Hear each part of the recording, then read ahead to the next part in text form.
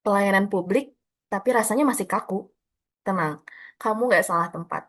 Selamat datang di podcast Babi Bu, bahas apa saja bersama ibu-ibu. Podcast ASN yang bahas nilai serius dengan cara yang asyik.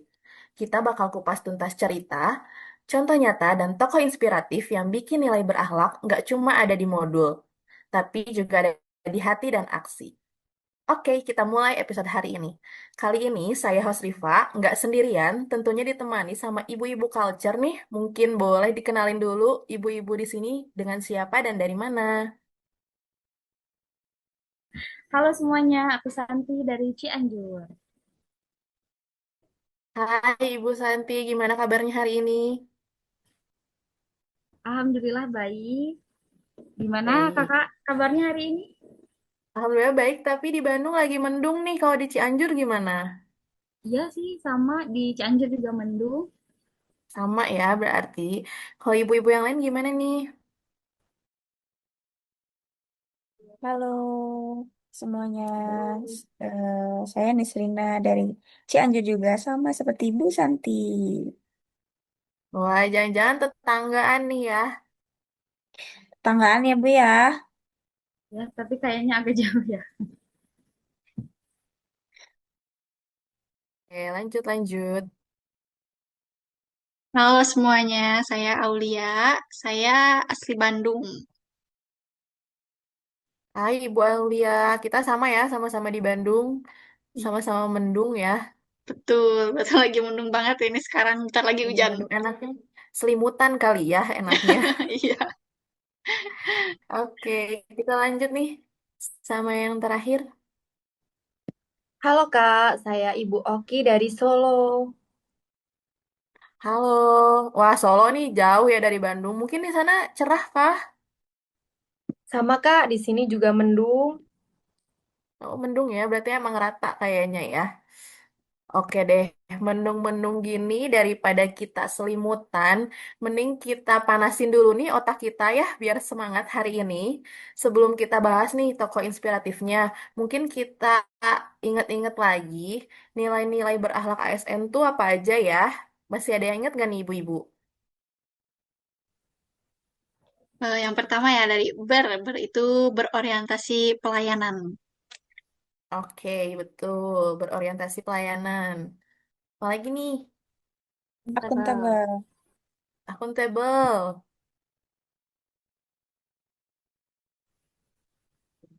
terus Kompeten, kompeten. Ada apa lagi nih? Ayo ibu-ibu diingat. Loyal, Harmonis. Harmonis. Baru 4 nih. loyal, Loyal, betul. Dua lagi. kolaboratif, Kolaboratif. Terakhir-terakhir. Adaptif. Adaptif, betul sekali. Wah, ingatan ibu-ibu ini masih kuat ya. Berarti ini emang ibu-ibu culture gitu ya, karena nggak lupa sama nilai-nilai berakhlak. Oke. Nah, ibu-ibu, hari ini kita bakal bahas tokoh inspiratif yang katanya dia ini punya nilai-nilai berakhlak ASN nih. Tokoh ini tuh lagi viral, lagi sering banget nih dibicarain, dan ini tuh jadi panutan para Gen Z. Tapi sosoknya ini bukan lahir sebagai seorang Gen Z, melainkan seorang Gen Baby Boomers. Wah, kok bisa ya seorang Baby Boomers jadi panutan para Gen Z nih? Kira-kira siapa siapa sosoknya? Ibu-ibu ada yang tahu? Siapa ya Bu Ibu? Clue dong Bu. siapa nih Kak? Artis nih ya, jangan-jangan ya. Bukan. Dia adalah seorang menteri. Ayo, kebayang dong, menteri dari generasi baby boomers yang jadi panutan Gen Z sekarang. Oh, kalau dari clue-nya udah jelas banget itu Pak Purbaya kan? Ya, betul sekali. Dia adalah Pak Purbaya. Kita akan bedah nilai-nilai berakhlak dari salah satu tokoh penting kita nih, yang sekarang dia menjabat sebagai seorang menteri keuangan yang memiliki pengalaman sebagai ketua lembaga penjamin simpanan. Tuh. wah menarik sih. Beliau itu kan memang dikenal sebagai sosok yang teknis, tapi belak-belakan kalau soal menjaga keuangan uang nasabah mah. Benar gak sih? Betul banget nih Ibu-ibu. Apalagi nih ya, kalau bicara soal kompetensi beliau, nih Pak Purbaya ini nggak perlu diraguin lagi deh. Beliau ini kan seorang dokter ekonomi dari Purdue University. Backgroundnya kuat banget di bidang riset dan strategi ekonomi makro. Tapi kompetensi itu gunanya buat apa kalau nggak dipakai buat melayani?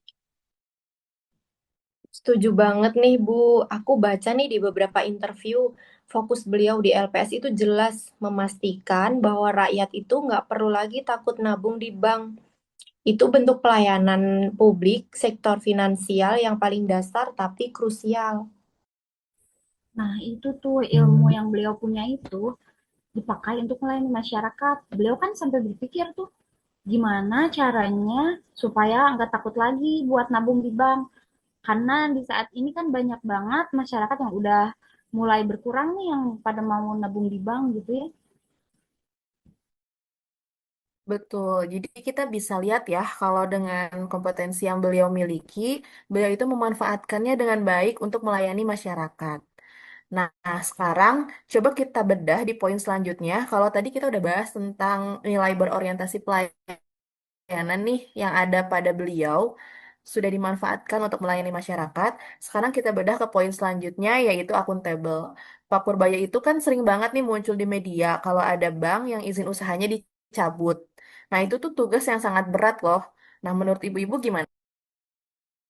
Betul sih, saya setuju. Tapi yang bikin saya lebih kagum sama beliau itu adalah beliau itu kalau berbicara selalu berbasis data gitu. Pernah dengar nggak salah satu dialog beliau di salah satu forum? Beliau pernah bilang, kita itu nggak cuma bisa kira-kira, tapi kalau data bilang bank itu udah nggak sehat, ya kita harus tindak demi melindungi ribuan nasabah lainnya. Nah, itu sih poinnya. Akuntabilitas beliau itu bukan cuma soal laporan di atas kertas gitu ya, tapi keberanian mengambil tanggung jawab. Beliau itu mastiin proses likuidasi yang di bank itu dilakukan secepat mungkin. Gak ada tuh yang namanya dana nasabah nyangkut bertahun-tahun tanpa kejelasan gitu. Nah, akuntabilitas beliau juga terlihat dari cara beliau mengelola cadangan penjamin LPS. Beliau ini kan sangat detail, memastikan rasio modal LPS tetap aman. Itu kan salah satu bentuk tanggung jawab moral beliau juga terhadap penjagaan uang rakyat ya. Iya, benar banget nih. Di LPS itu akuntabilitas memang harga mati. Pak Purbaya juga sering nih menekankan transparansi proses klaim penjaminan. Nasabah harus tahu nih kapan uangnya cair kalau ada bank yang gagal. Beliau benar-benar memikirkan nasabahnya dan sangat disiplin soal aturan mainnya. Nah, itu juga salah satu bentuk loyalnya beliau pada negara dan konstitusi. Beliau ini nggak cuma loyal sama jabatan, tapi loyal juga sama tugas untuk menjaga stabilitas sistem perbankan di Indonesia. Supaya nggak terjadi lagi tuh ada krisis kayak di tahun 98. Nggak kebayangkan gimana sih jadinya kalau kejadian 98 itu keulang lagi di era sekarang. Ih, serem juga ya Bu ngebayanginnya. Takut ah. Bener banget, Bu. Iya. Terus kalau soal adaptif sih, aku rasa Pak Purbaya ini tipikal pemimpin yang nggak mau ketinggalan zaman sih. Parah sih. Kalian tahu kan, beliau itu yang mendorong digitalisasi LPS dengan mengintegrasikan sistem pelaporan perbankan. Sekarang sistem pelaporan bank ke LPS itu udah jauh lebih modern dibandingkan dulu. Itu tandanya kalau beliau itu benar-benar sangat amat mengikuti perkembangan zaman meskipun beliau itu dari gen baby boomers. Betul banget nih, Ibu Aulia. Kalau dulu kan mungkin pelaporannya itu secara manual ya dan atau terpisah-pisah gitu, nggak bersatu seperti sekarang gitu. Tapi kalau karena beliau yang menjabat ini sekarang beliau ini maunya tuh serba real time dan sangat digital gitu ya.